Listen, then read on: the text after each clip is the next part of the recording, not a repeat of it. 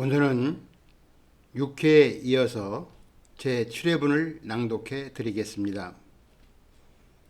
지금도 여의도에서는 이런 영어 회화 학원이 몇 군데 있지만 그 당시에도 크고 작은 영어 회화 학원이 몇 군데 있었습니다.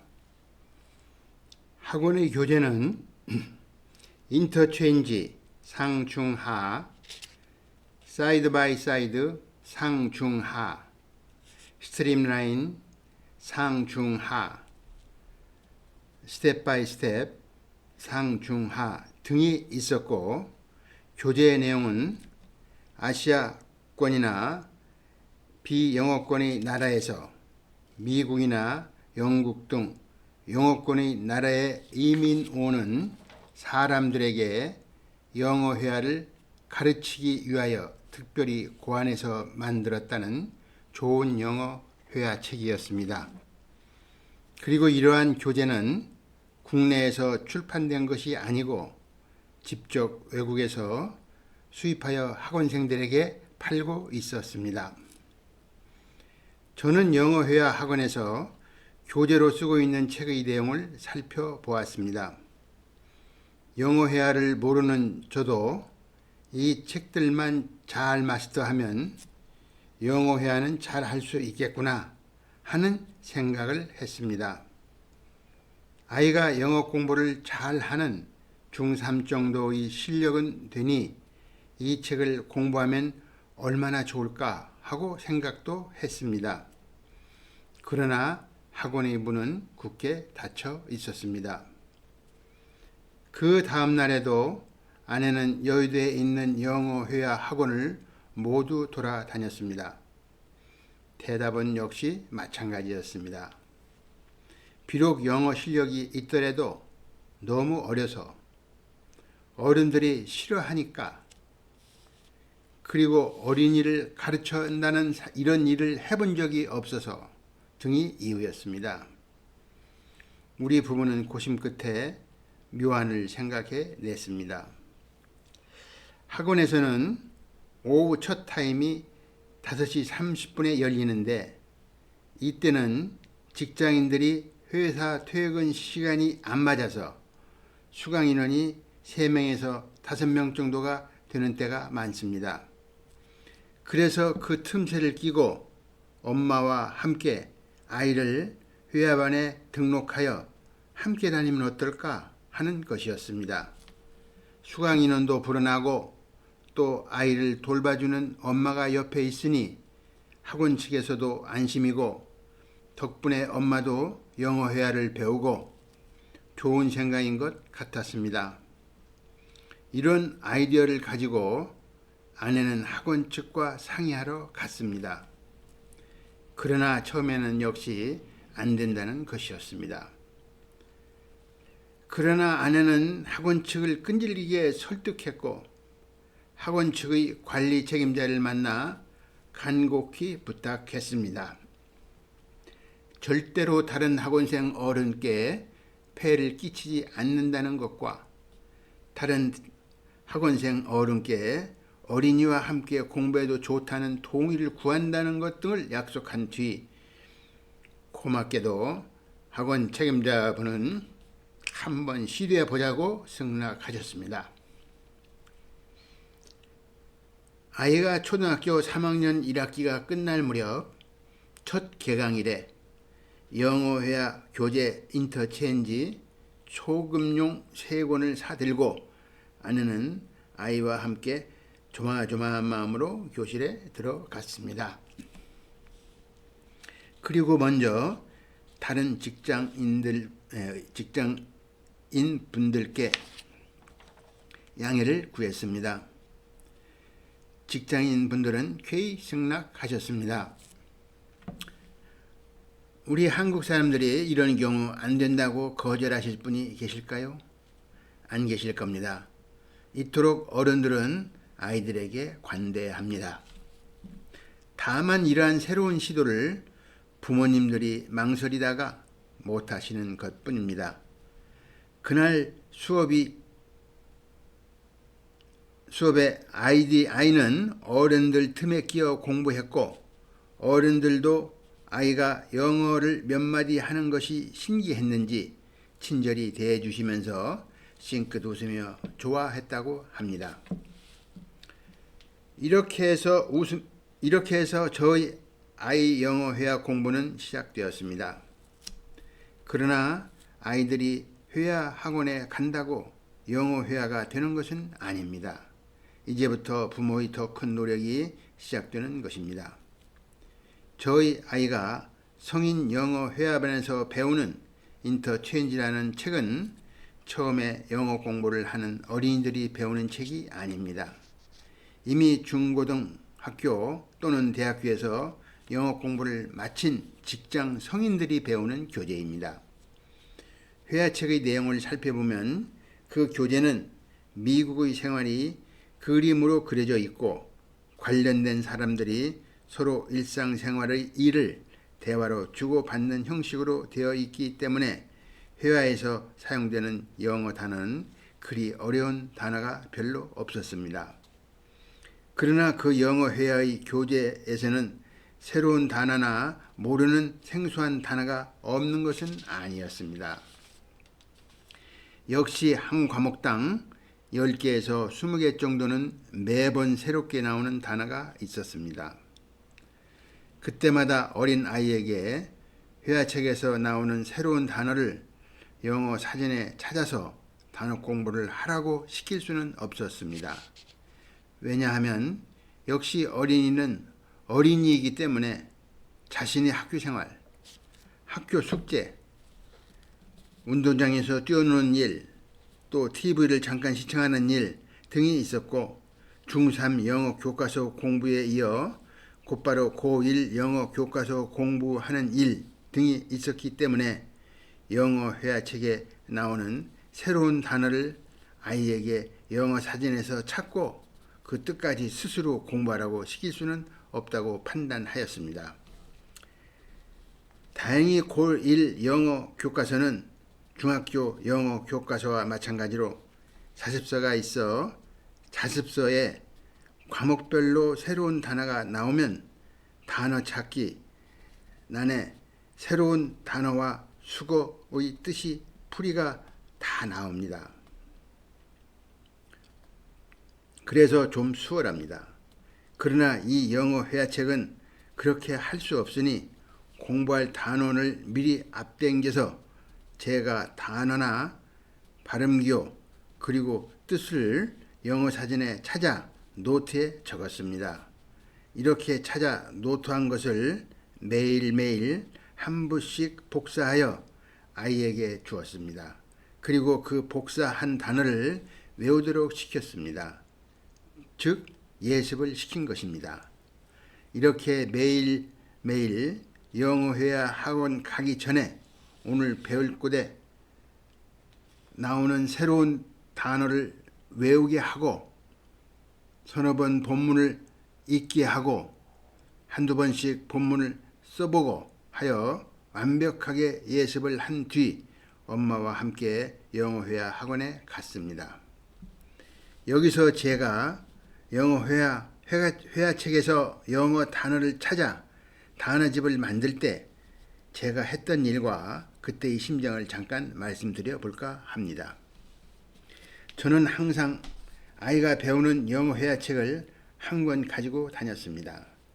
그러니까 아이가 인터체인지 반의 초급반에 들어가면 이 책을 3권 사는 것이었습니다. 아이용 1권, 엄마용 1권, 아빠용 1권입니다. 이렇게 저도 1권을 매일 가지고 다니면서 시간이 있을 때 언제나 펴들고 아이가 3과를 배운다면 저는 4과 또는 5과의 영어 단어를 영어 사전에서 찾아 단어집을 만듭니다. 그리고 그 단어집을 저녁 퇴근 후 아이에게 주어 다음날 낮 시간 또는 학교 다녀온 뒤 단어 공부와 회화책을 읽기를 하도록 시켰습니다. 아이는 영어 회화 시간이 재미있었는지 열심히 했습니다. 또 어린 아이의 나이에는 부모가 관심을 가지고 아이의 공부하는 모습을 지켜보게 되면 오히려 부모에게 관심을 끌려는 마음에서도 부모가 시키는 공부를 열심히 할 것입니다. 거듭 말씀드립니다만 공부는 어릴 때부터 습관이 되어야 잘 할 수 있는 것 같습니다. 제가 영어 회화책에서 단어를 찾아주면서 느낀 것은 영어 회화책의 대화 중에는 사람 이름이나 지명 등 고유명사가 무척 많다는 것입니다. 그래서 저는 사람 이름이나 고유명사도 영어 사전에서 일일이 찾아 단어와 함께 아이에게 외우도록 시켰습니다. 생각해보면 우리는 일상 중에 사람 이름이나 고유명사를 참 많이 씁니다. 그런데 우리는 이 점을 소홀히 하고 영어 단어 외울 때는 외국 사람의 이름을 잘 외우지 않습니다. 바로 그것이 독해력 위주로 공부했던 저희 시대 유물입니다. 생각해보면 우리도 한국 사람들끼리 한국어를 말할 때 사람 이름을 많이 사용하고 있다는 것을 알 수 있습니다. 그러나 우리는 서로 한국 사람들끼리는 한국말을 잘하기 때문에 대화 중에 사람 이름이나 지명과 고유명사를 금방 구분해서 쉽게 알 수 있습니다. 역시 마찬가지로 외국인들이 대화 중에서도 사람의 이름이나 고유명사가 많이 나옵니다. 그런데도 우리는 이를 소홀히 취급하기 때문에 그 말이 사람의 이름인지 지명인지 영어 단어인지를 구분하지 못하여 잘 모르는 경우가 많습니다. 저는 이런 사실을 잘 몰랐습니다. 제가 영어 회화책 내용을 보면서 영어 단어를 계속 찾다가 스스로 느낀 것입니다. 그리고 저희 생각엔 적어도 외국인들 이름은 약 100개 정도는 알고 있어야 한다고 생각했습니다. 외국인들 이름에는 존, 톰, 데이비드 등의 이름은 별로 없습니다. 아주 희한하고 생소한 이름이 참 많습니다. 외국의 문화에 젖어 있지 않는 우리는 참 이해하기 어렵지만 어쨌든 사람 이름 등 고유명사를 영어 단어 외우들 필요가 있습니다. 또 지명도 많이 알아야 합니다. 이렇게 사람 이름이나 지명을 외워야 하는 이유는 회화뿐만 아니라 차후 미국 방송이나 영어 전용 TV를 시청할 때도 꼭 필요하기 때문입니다. 그리고 이렇게 할지라도 어린아이들은 언어를 받아들이는 습관이 어른과는 비교할 수 없을 정도로 빠르기 때문에 쉽게 받아들입니다. 영어 회화 학원에 다니게 되자 아이의 영어 실력은 점점 향상되었습니다. 그리고 아이들이 갈색머리 외국인을 대하는 태도는 폭 친숙해지고 언제든지 얼굴을 맞대고 영어로 간단한 대화를 하는 것은 아주 편한 일이 되었습니다. 매일 아이와 함께 가서 영어 회화를 하는 엄마도 폭 많은 노력을 하였습니다. 이런 일들이 한 달이 지나 2달, 그리고 3달째 접어들면서 초급반에서 중급으로 그리고 상급반으로 교재가 바꾸어 갔습니다. 물론 같은 시기에 고1 영어 교과서도 열심히 했습니다. 아이의 하루 생활을 살펴보면 아이는 학교에 갔다 집에 와서 학교 숙제를 하고 영어 시험 공부도 하고 좀 놀고 영어 회화 학원에 가고 제가 퇴근한 뒤에는 2시간 정도는 저와 영어 시험 테스트하고 나머지 시간 있는 대로 책을 읽다가 잠에 드는 것이 평일 아이의 하루 생활이었습니다. 이렇게 재미있고 바쁘게 지내다 보니 아이를 사설 학원에 보낼 시간도 없었습니다. 그리고 저희 부부가 아이들을 집에서 이런 식으로 공부시킨 것은 어릴 적부터 차근차근 수백 권의 책을 읽도록 습관화시키면 그것이 요즘 말하는 논술 공부요. 어릴 때부터 영어 공부를 열심히 시키면 그것이 대학 입시를 위한 필수 과목인 영어 공부라고 생각했기 때문입니다.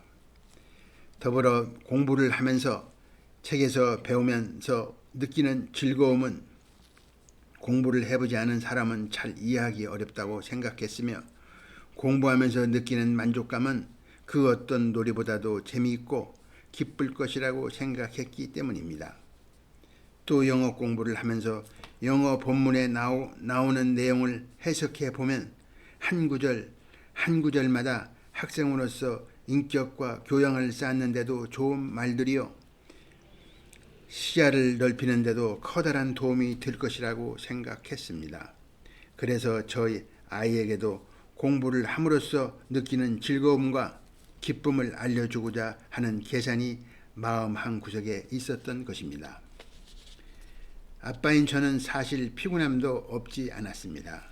그러나 아이가 조금씩 알고 깨우쳐 나가는데 이런 피곤함은 오히려 저에게는 즐거움이었습니다. 5. 자녀 모두에게 노력하라. 그러면 꿈이 이루어진다. 큰 아이가 이렇게 초등학교 4학년이 되고 학교 생활과 영어 공부에 집중하여 공부를 하고 있을 무렵 작은 아이도 초등학교 1학년에 입학하게 되었습니다. 요즘 두 아이를 집에서 양육한다는 것은 엄마로서는 그리 쉬운 일이 아닐 것입니다. 왜냐하면 아이들 나이 차이 때문에 아이들의 행동 방법이 달라서 엄마가 아이들에 대한 시간차 관찰이 필요하고 아이들이 친구가 다르고 아이들 친구의 엄마들이 다르고 아이들이 성격도 똑같지 않아 그때 상황에 대처해야 하기 때문입니다. 그래서 이 두 아이를 돌보는데 종일 편히 쉴 때가 거의 없을 텐데도 제가 퇴근하여 집에서 가족과 함께 식사를 할 때면 아내는 언제나 즐거운 표정으로 대해주었습니다. 물론 저녁 식사 후 청소와 설거지와 빨래는 저희 몫이 되었습니다. 이렇게 해주지 않으면 아마도 아내가 하루하루 생활에 기쁨이 없었을런지도 모르는 일입니다. 다만 저는 이런 아내의 마음을 알고 미리 가사일을 기쁜 마음으로 도왔던 것입니다. 그러면서 항상 아내를 위로하고 아내가 하는 일에 용기를 붙돋아 주었습니다. 이런 일들은 돈이 들어가는 것이 아니요 누가 보는 사람도 없으므로 남자라고 체면차릴 것도 없이 마음만 즐겁게 먹으면 서로 아껴주는 마음으로 협력하며 일을 좀 더 하면 되는 것이기 때문입니다. 어느 때는 직장인이 바빠 좀 늦게 퇴근할 때도 있었습니다. 그럴 때는 꼭 전화를 해서 식사를 먼저 하라고 하고 퇴근 후에 집에 도착하여 아내에게 미안하다는 인사말을 잊지 않았습니다. 생각해보면 저는 지난 30년 가까이 결혼 생활을 하며 직장보다는 오히려 가정에 충실했습니다. 그렇다고 제가 직장을 아주 소홀히 했다는 것은 아닙니다. 이런 말씀을 드리는 것은 가장인 제가 직장생활과 가정생활을 동시에 기쁘고 즐겁게 양립할 수 있다는 것을 말씀드리려는 것입니다. 사실 아빠가 퇴근 후 집에 곧바로 오시는 것도 습관이라 생각합니다. 이런 좋은 습관은 쉬운 일은 아니나 처음부터 마음먹고 노력하시면 스스로 그렇게 된다고 생각합니다. 그런데 만약에 늦게 귀가하는 습관을 들인다면 자꾸만 그렇게 되는 것이 아닐까 생각도 해봅니다. 그러니 아빠의 마음가짐은 가정생활에서 참으로 중요한 역할을 한다고 생각합니다. 어쨌든 작은 아이가 학교에 입학함에 따라 저희 부부는 집안일들이 더욱 많아졌습니다. 작은 아이는 형이 그 나이에 했던 것처럼 형에게 물려받은 책으로 형이 했던 그 모습 그대로 형과 똑같은 일을 했습니다. 일반적으로 형이나 언니가 있고 그 밑에 동생들이 있다고 가정할 때 부모들은 우선 큰아이에게만 온통 신경을 쓰는 경향이 있습니다. 그리고 큰아이가 자라면 작은아이도 자라겠지 하고 착각하시는 경우가 많습니다. 그러나 그렇지 않습니다. 아이들은 반드시 공들인 만큼 큰다고 생각합니다.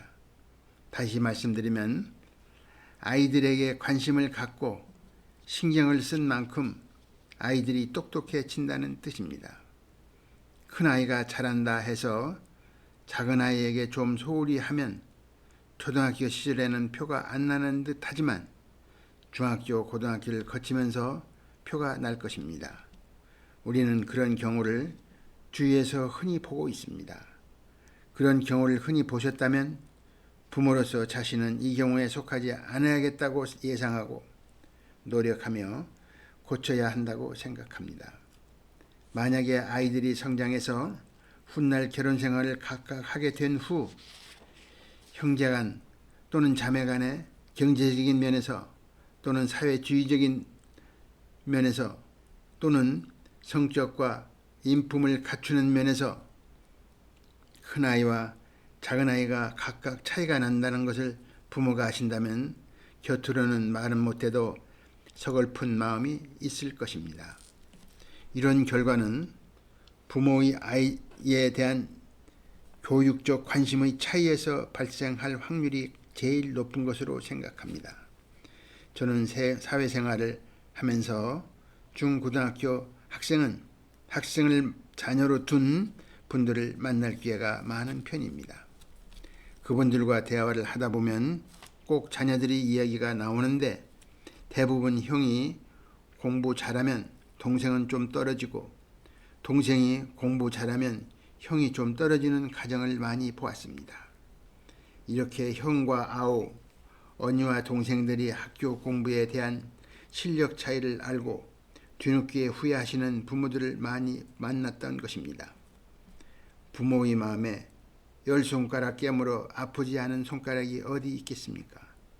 자식 잘 되기를 바라는 부모의 마음은 다 똑같은 것이기 때문입니다.